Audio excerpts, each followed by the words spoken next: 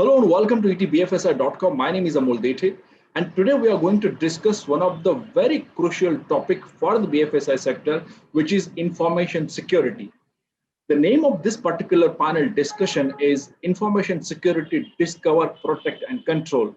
And I have two gentlemen going to give their remarkable perspective on this topic. Allow me to introduce them to you. My first speaker is Mr. Pravin Kumar, CISO, Wibmo. Pravin, welcome to this discussion. Thank you. My next speaker is Mr. Prakash, the Senior Business Development Manager, Banking, India and SAARC Thales Group. Wade, glad to have you. Thanks, Amol. Security, information security, maintaining the privacy and protecting, everything at the financial institutions is the utmost need for every company. And in fact, the banks have risk managers, the information security officers, specific security officers, and so many profiles they're having only to protect, the banks from the hackers or, the bad guys from the world. So let me get perspective from Wibmo here, from you, Pravin. And tell me what are the best strategies to secure the data, which is actually the fuel or the oil for the BFSI companies these days.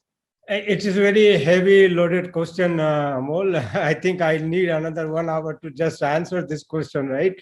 It's not easy to give you, but no, just to give you a very high level perspective, right? BFSI is a very, very highly regulated industry, right? Lots of regulators, lots of requirement in place.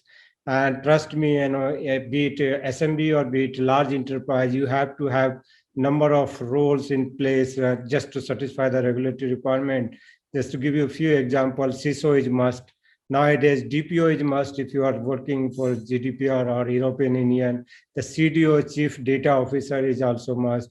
The number of roles, a number of function you have to enable, and irrespective of what size you are in, you have to invest in those things. And right now you understand that the BFSI is also very, very technologically enabled industry. And whenever technology, enabling the business, then you have to make sure that your technology infrastructure is protected, right? And protecting and detection and also responding those threats, it's really, really challenging considering the latest, the threat vector or the threat potential, what BFSI industry face, right? BFSI is all about the money. And wherever money is, that there is always larger risk of threat. So yes, it's a very challenging for any CISO, for any privacy officer, for any data officer. And to protect that, you have to hire a very, very good resource, to start with. A very competent CISO, very competent DPO who understands your business. This is very important. CISO role earlier, CISO 1.0, we used to call it 2.0. 1.0 is mainly on the technology or network expertise, but not CISO 2.0, what we talk. Understand the business, right? Understand the business process. Understand your crown jewels, where data resides. These are the very prerequisite to have before you take the action to protect your data out. So the discovery is very important. First, you discover your crown jewels, where your data is, your critical data is, who are your critical asset, who are your critical resources, all those things. It must be there first. And then you see that what are the threat vector you have, what are the kind of the threat you have, or criminal or whosoever, right? You understand for also that the risk area, what a threat landscape, and then you start putting the controls to minimize those threat actors, to minimize the impact of threat, to protect our assets. And this is a very complicated thing, right? You have to put the layer security approach. So you have to put the right identity and access management control in place. You have to put it data encryption in place. You have to take the data backup also regularly. You have to also define the number of policies like data retention policy, data governance policy, like cyber security policy, cyber insurance policy, so many policy, you have to have the business continuity plan in place. So a number of things, the best way to do that, and I'll talk more once we progress this discussion. We follow the NIST cyber security Amol. This is again thanks to NIST, they have published this very 5-pillar approach. That first you have to identify, as we talk about, identify your process, identify your data, then you should detect all those threat, all those risks, and then you start protecting. Once you have the protection, still there will be some incident, then you have to respond those incident proactively or quickly, and then after you have to also recover for the impact from that incident, that is called recover. So these are the 5 pillars, and all these 5 pillars have numbers of control, and you have to see the which controls are important and relevant for you, and then start investing and putting those control in place. So this is very brief answer. I'm sure that lots thing to be said on this, but I'll pause here. Amol, hope I answered your query, and happy to take more question on this.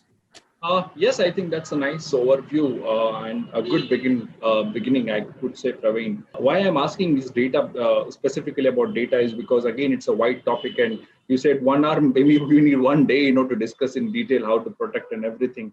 But let's focus maybe 1 or 2 important aspects so that our viewers and readers will also enjoy and try to learn from your experiences. So, Ved, I will ask the same question to you. Considering data, which is again the fuel for every BFSI company, what is that you think they should do, or what kind of strategy they should adopt to first protect the data? Thanks, Amol, and thank you so much, Pravin, for really describing in detail on all the technology control process, which covers the life cycle or journey of data across any business processes or organizations. Coming to from a solution side, from Thales, and I personally been interacting with most of the CISOs in the bank side, and we have tried to resolve a couple of pain areas on the data security. And as Amol also said, now data has become the money. So how do we secure the data which is very critical for the organizations today? I will split this in 2 pieces. One is the foundational piece that you need to have in, and then on that you construct a consistent strategy. So typically organizations have now adopted a data-centric security approach. And in this, they need a thorough understanding of its data risk and business needs. They need to conduct a data risk assessment first, which is what it starts from identifying where your sensitive data is, discover it, and then classify it, and then decide on the appropriate data risk remediation controls like encryption, tokenization, or you just data masking, or you just need to leave the data as it is. So a consistent data protection strategy will be tailored to address the broad range of security objectives, which will enable to secure the data across all your environment, which includes your physical, virtual, cloud, and big data. And it should offer support across the server platforms like Windows, Linux, Unix. And a very important piece out here is that it should be able to give you centralized controls to keep your distributed data safe. So Thales provides such solution by a platform named CipherTrust Data Security Platform. And we have seen that we implemented a component of the CipherTrust Data Security Platform called Transparent Data Encryption, which addresses 90% of our customers' need alone for the encryption for both structured and unstructured data. And it can be applied to all the databases irrespective of the vendors, whether you have this MS SQL, MySQL, Postgres, Oracle database. I mean, which all are having this sensitive customer data, which are getting stored here from multiple business applications. This helps you to secure those sensitive information, and without doing any kind of changes, whether in the business applications, or it helps you also to overcome certain deficiencies that are arising out of the native TD functionality which are provided by the database vendors. So this piece becomes very critical out here. And then the other aspect is doing the encryption of your sensitive files on the application service. What I mean by here is that encrypting the sensitive files on your app server, and then enforcing the access control to the respective files where only authorized users can access this. So all these files have this sensitive information like passwords, connection details, properties and all, which which need to be safeguarded. And this is where this kind of approach helps you to secure the data within the organization. And that is what most of the large organizations have actually adopted this platform in light of this current rising threat on the data that's we're hearing about in terms of the data breaches in cyber. Okay, interesting notes, Ved, from your end as well. Maybe I, have one or two important questions now, and I will start with you, Praveen. The future of work is going to be hybrid. It's not just going to be work from home, but also work from anywhere or work from office or wherever you can go. My point is, when it is going to be like this, the major challenge for the BFSI companies will be to protect the security, to have a strong protection and build, great level of security. So what is that you think BFSI companies should do in order to get, security ready for a future? Yes, just to correct you, Amol, we are not going to be hybrid. We all are mostly, 99%, we all are hybrid, as of now while we are talking, right? Because Right. yes, even in India, cloud adoption is increasing like anything, 40% CAGR, and yeah, the data is available. I'm sure being in economic times, all this data, right? Yes, so we are a hybrid, and we are moving more on the cloud, and lots of enterprise, even especially in SMB area, they all are having the cloud first strategy, right? And yes, this is now 3 years back or 5 years back. CISO is to stop this any cloud movement. Because I was also a part of it, though I always enabled to my enterprise and always encouraged to move to the cloud. But yes, most of the traditional CISO is to be a bit scared, right? But if you understand the cloud, and I'll talk more on the cloud, and then we'll try to also cover the hybrid, right? So cloud, as you all know, right, there's dual responsibility model they have, right? Security in cloud is the responsibility of the customer like you and me, or the enterprise, right? Security of cloud is the responsibility of like AWS or Azure or any cloud service provider. So security of cloud is none of concern, right? They have invested a lot before they start this services, right? Cloud service providers, as they become, like be it AWS or Azure, they have built very good tier 3, tier 4 data center. They have multiple availability center, and they've ensured that almost 99 point, it's called 59 availability is ensured, right? So that we should not be looking at cloud security of cloud, because I think more or less we all are convinced that they have the reasonable control on the cloud of the cloud. The problem here is that security in cloud, the data what we are putting into the cloud, the application, the asset which you are accessing in the cloud, those are the responsibility of the enterprise, or especially the CISO or clouds security professional. And unless you have the good security professional or CISO who understand both the world, right, on-prem and the cloud security, it will be very difficult to manage the security, this in hybrid in nature. And that's why now, I personally will recommend that CISO must invest to upgrade, themselves to learn the cloud security. I'm sure that most of the CISO are learning. I am one of the early adopter on cloud. And I understood 5-6 years back that this is the future. I invested a lot on this and got some certification as well, Amol. So that's why I can say with authority that that yes, for CISO it is important. So whenever you are putting any of your asset into the cloud, you have to take care of that. How in AWS term, which is called VPC or network security, how you are taking care of your network security, how you are taking care of your data encryption, how you are taking care of identity and access management, which is the most important thing, that how you are protecting those access control.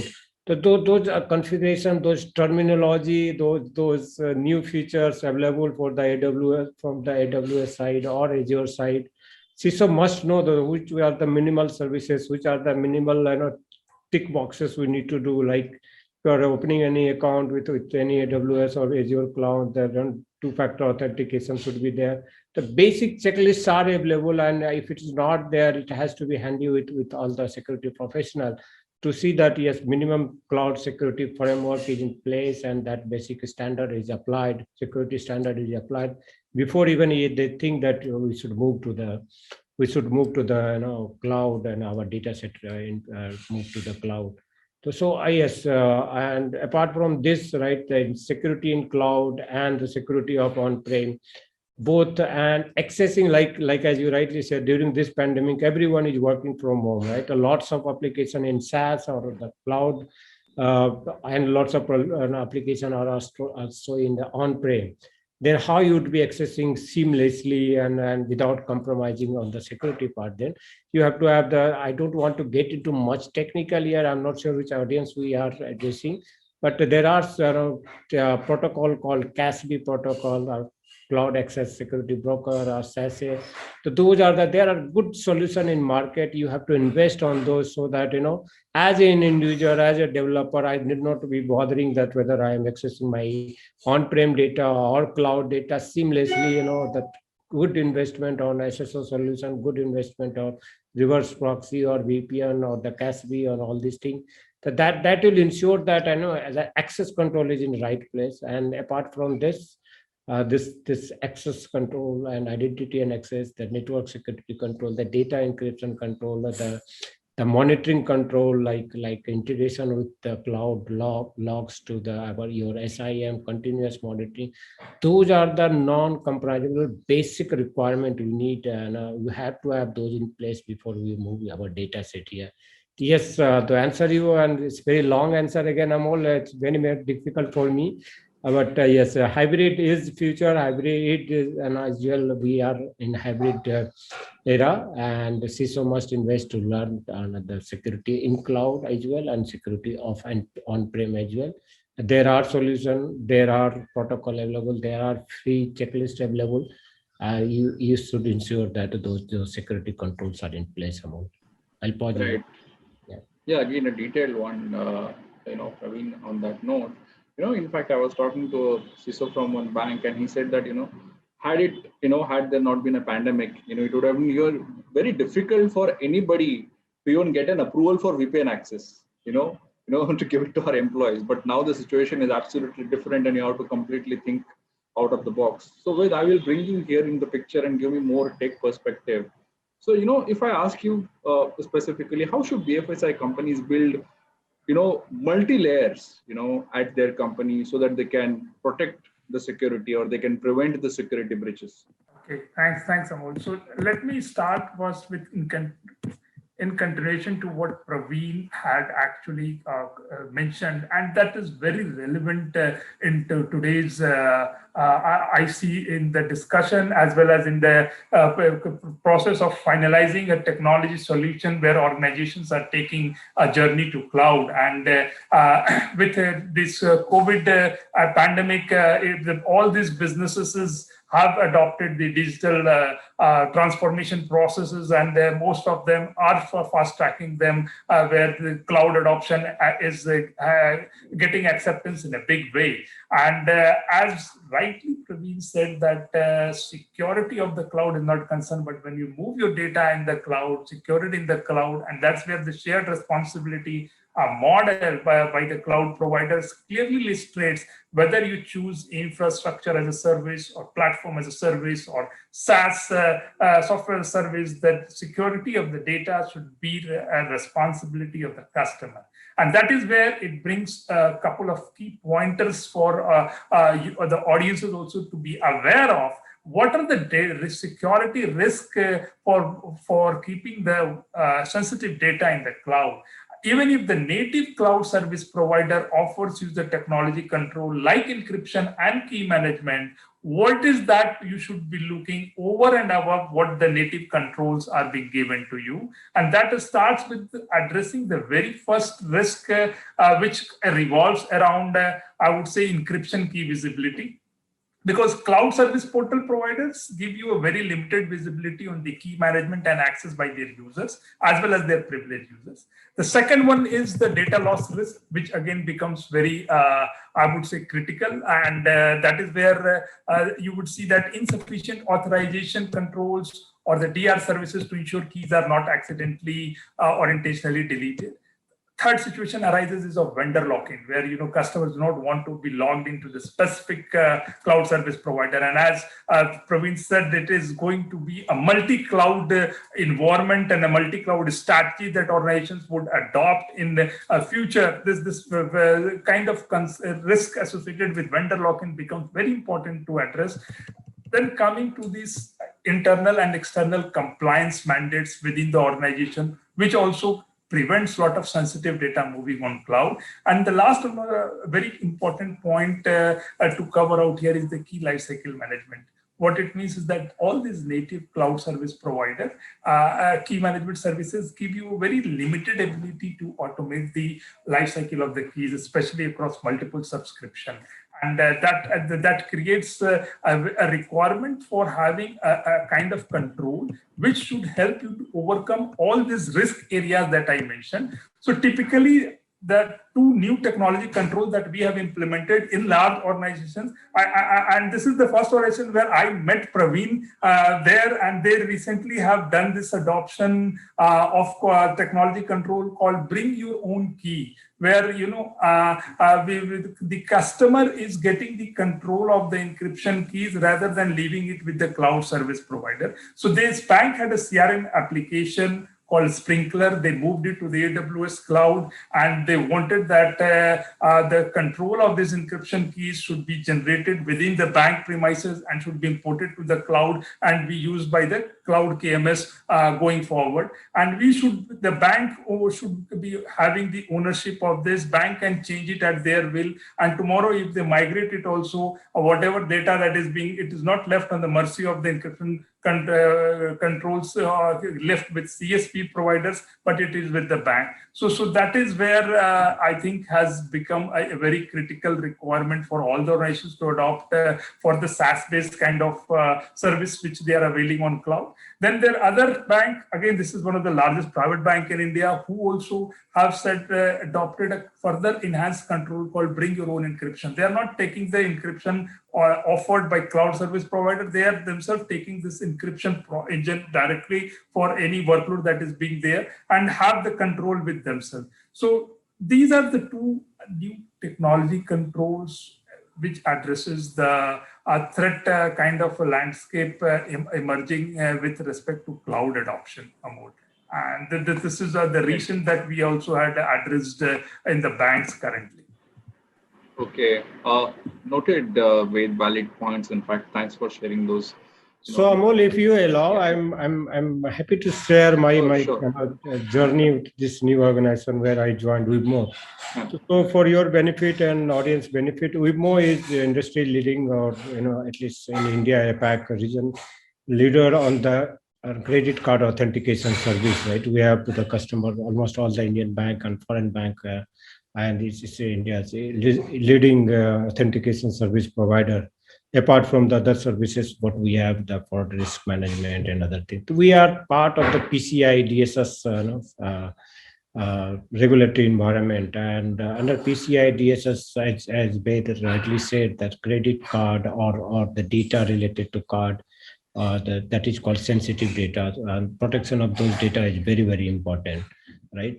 So Wibmo is currently completely on-prem because as I said, right, it's lots of regulatory restriction we have, and before moving to cloud, it is difficult to take a decision, right? My job is to enable business, right, and on-prem brings lots of restriction as well, and that the agility and the productivity increase what you were supposed to get from cloud, you may not get through on-prem, right? Getting one server, it takes 3 weeks to 4 weeks. I mean, in cloud, you can get in 2 seconds, right? This is the difference. And this is my job, and a CISO job is also to enable business, right? And there we are evaluating the cloud as well. that within all the restriction from the regulation, what are the things we can move to the cloud, right? There we decided that we can start with the development and QA, and on the non-production side can move to the and we are evaluating number of service provider. I'll not name that which service provider we have finally chosen, but the things what we created last 4 months, Amol, that yes, this is this inevitable that we have to go to the cloud, right? To save cost, to bring agility, to increase productivity. And then we created a cloud security framework or checklist first, that yes, business can go any of the service provider. If they are going for AWS, these are your security checklists. If you are going for Azure, these are the security checklists. These are the minimum control or services you need. These are the minimum things. So those minimum standard we created, and we also give the to our developer, to our technology and IT team complete awareness on that why cloud, what are the things to be, the dual responsibility. Those are the prerequisite, Amol, that I have done. Now now I am in more confidence that okay, now we move to AWS, or if we move to Azure, okay, at least our data is protected because we have taken care of that. All the standard we have if you are going for the data encryption, this should be your minimum standard, right? If you are going for the identity and access management, two-factor authentication is minimum, all those things, right? So those are the standard we have put in place. So that's why my recommendation, Amol, to all my security professional, fellow security professional, please ensure that you have framework in place, you have minimum standard in place, and then only you start putting your data set to the cloud service provider. This is what last 3 months we are doing into that. And we have to also take care of number of regulatory guidelines, like in PCI, right? They talk about hardware HSM. I think Ved will relate with that, right? And AWS has or Azure has good software HSM. So we are struggling and also trying to find the QSA comfort and their satisfaction and kind of thing. So in BFSI, moving to the hybrid, moving to the cloud is a tough decision, but you have to take one step at a time, and very cautiously you should be moving that. And this is based on my personal experience. So I thought, let me share with you, Amol. Okay, I think that was really insightful, Praveen. Let me quickly add, since we are actually heading towards, what you can say. I mean, the watch is already started ticking. But, let me take one more question with both of you, and I think a very important one. And if you could quickly answer, Praveen. We discussed hybrid, we discussed the strategy which the BFSI company should have. You shared your experience as well. But one important change which is happening in the industry far more aggressively is the collaborations and the partnerships with third vendors. Or every fintech or every bank has been partnering with so many other people. So in the world of partnerships, Praveen, and platform adoptions, if you could tell one or two important points, how to protect the controls, how to be really safe, because your data is going to be shared with the people. I'm sure it will be an encrypted format, but again, you will be talking to so many people because ultimately you have to scale up as well. So are there any 2-3 key points that you want to share quickly? Okay, so currently I'm in other side of world. We are a platform provider or service provider. But last 20 years I have worked with large enterprise like JP Morgan, Deutsche Bank, Barclays, HDFC Bank kind of thing, right? So and a good thing here is that our regulator like RBI and other regulation as well, we have formulated good requirement called TPRM, third party risk management, yes. Right? They have created a framework, Amol. And if you follow that framework, right, if you are auditing your service provider regularly, if you are checking your API security regularly, if you are checking with your application integrity vulnerability regularly, you are mitigating those vulnerability, you are doing the BAPT regularly, then you are in bit comfort level. So just to summarize, yes, platform provider or partnership is inevitable, right? You have to have the partner to grow your business, like digital provider like us. Like I'll give you an example, like we're providing HDFC Bank services, we are providing number of bank, we are providing the number of digital platform, be it fraud risk management, be it authentication service, be it payment gateway service, be it digital wallet like PageApp. We are providing the PageApp services to HDFC Bank, right? So yes, bank are happy to partner with you, but they will do the due diligence, and that's why to pass their due diligence, to pass their preliminary audit, it is very much that service provider like me should be having the proper control, right? Because those audits are very stringent audit, and you have to comply with multiple things, right?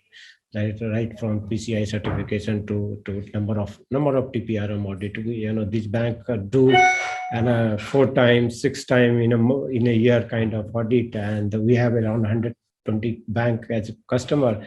My two resource is continuously 365 days they are busy. So to answer you, TPRM framework, yes, you have to adopt those framework, be it service provider or be it service receiver. Those framework you should understand, and you should have that control is in place to grow your business, to have the strong and safe partnership with your partner.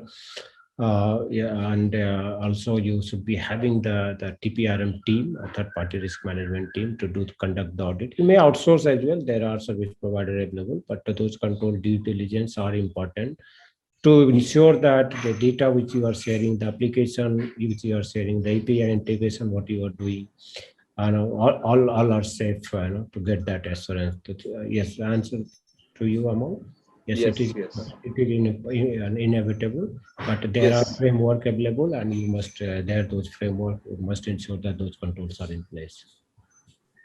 Copy that, Pravin. And lastly, Ved, I will come to you.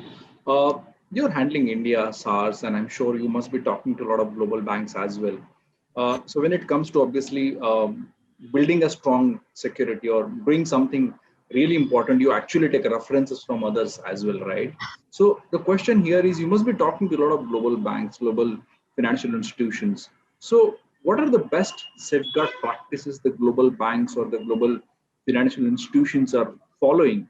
If you could add that, and also, what are the best things, going ahead, if BFSI companies should also incorporate? I think that would be a really meaningful answer. Thank you so much, Amol. I think best of the process side and the control side, Pravin is one of the authority in that, and definitely he has narrated a lot of key areas which constitute very critical piece in addressing the information security as a whole across the organization. Coming from my experience of providing a particular technology solution that has added to this best practice adopted by bank, especially from the data security perspective, I would say, and I think Pravin rightly started this stating that banking sector is definitely more matured in the digital journey today and cybersecurity adoption. And as such, here the approach is to consider the technologies for both preventive controls as well as proactive controls. And then this regulatory audits and compliance, further strengthen this whole technology control practices. So as a best practice, it has been the adoption of data-centric security approach. And here, what it means is that the protection is applied to the data itself, independent of the data's location. And to make it more effective, this has to happen automatically. So as soon as the sensitive information which is identified and it enters in your organization's IT ecosystem, it should be secured with a policy-based protection that lasts throughout the data lifecycle. So as such, the focus is moving from securing the perimeter or network to secure the sensitive data at rest in. And the vision is to get rid of this independent point in time products that used to apply this data level protection, which has created data silos and security gaps over a period of time. This should have a platform which can scale up and add more capability as the business need arises, as well as you don't need to come back and reinvest into your data security solution that you have considered as. So this is where it helps you to simplify and give you a single point of control for all the data security activity. And that is where this particular data security platform driven solution evaluation or approach or implementation has been considered by most of these banks who are now taking into this journey of both managing things on-premise as well as things on the cloud, using the same stack of solution rather than having multiple technology interventions. And Cypher Trust data security platform from Thales addresses this important piece, which has been in line with one of the best practices recommended within the bank by the auditors or by the external agencies to put it in place in order to achieve the overall security objective for the organization. Yeah. Noted, Ved, I think valid points. Amol, if I may add, if you have time, 2 minutes. Sure. Go yes. ahead. Okay. Since, as you know, right, I worked Indian company as well, and most of the time the MNC bank as well, like, as I said, Barclays, JP Morgan, Deutsche Bank. I also work with bank like HDFC Bank and LIC and now PayU, right? Wibmo is part of PayU. So I know both of the world, right? The macro level, I'm not going to the technology level.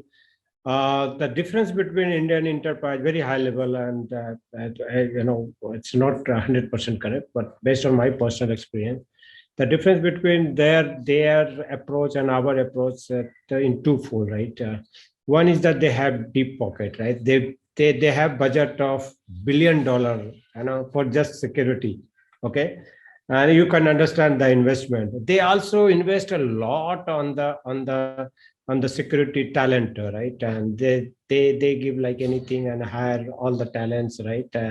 So that they can get best out of those talents. These are the two major differentiator, apart from of course, the investment on building the security culture, right? Providing the awareness, very good awareness. And I experienced all three banks, MNC bank, where I worked.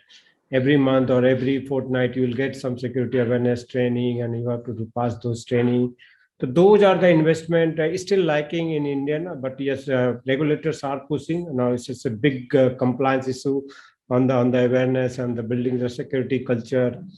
But I think Indian enterprise also should invest on the security. Yes, it is now inevitable, because still the culture here is that investment is for compliance, not for security. Okay, so this is again a major gap we have. We must invest for the security, not on the compliance. But if compliance is there, then this is the mindset we need to change, because we all are having the technology-driven enterprise, and then security of technology is important. That's the $1 million message that Pravin has said. Absolutely fan of you, Pravin, because of this. Ever since I have started my interaction, that this should be a security driven rather than the fear of compliance and that driven. Absolutely with you on that. Yeah. Noted. I think valuable points. I think in my own words, I think I got a headline of, security should be a culture and not a compliance. Absolutely. I mean, this is really the most relevant message of the discussion that I think anybody can immediately jump and. Sure, Ved. Thanks for that note, and thank you, Pravin. So great, gentlemen. Thank you so much for taking part into ETBFSI conversation. We keep doing such sessions so that the participants, the readers, and the viewers of ETBFSI will get enlightened by the different topics. So thank you once again, Pravin and Ved, for sharing your insights. Thank you so much. Thank you, Amol. Thank you, Economic Times. Thank you, Sasan, for giving this opportunity. We look forward to speak again, given an opportunity. Thank you so much. Thanks, Pravin. Thanks, everyone. Thank you, Ved. Really enjoyed speaking with you. Thank you so much. Thank you so much.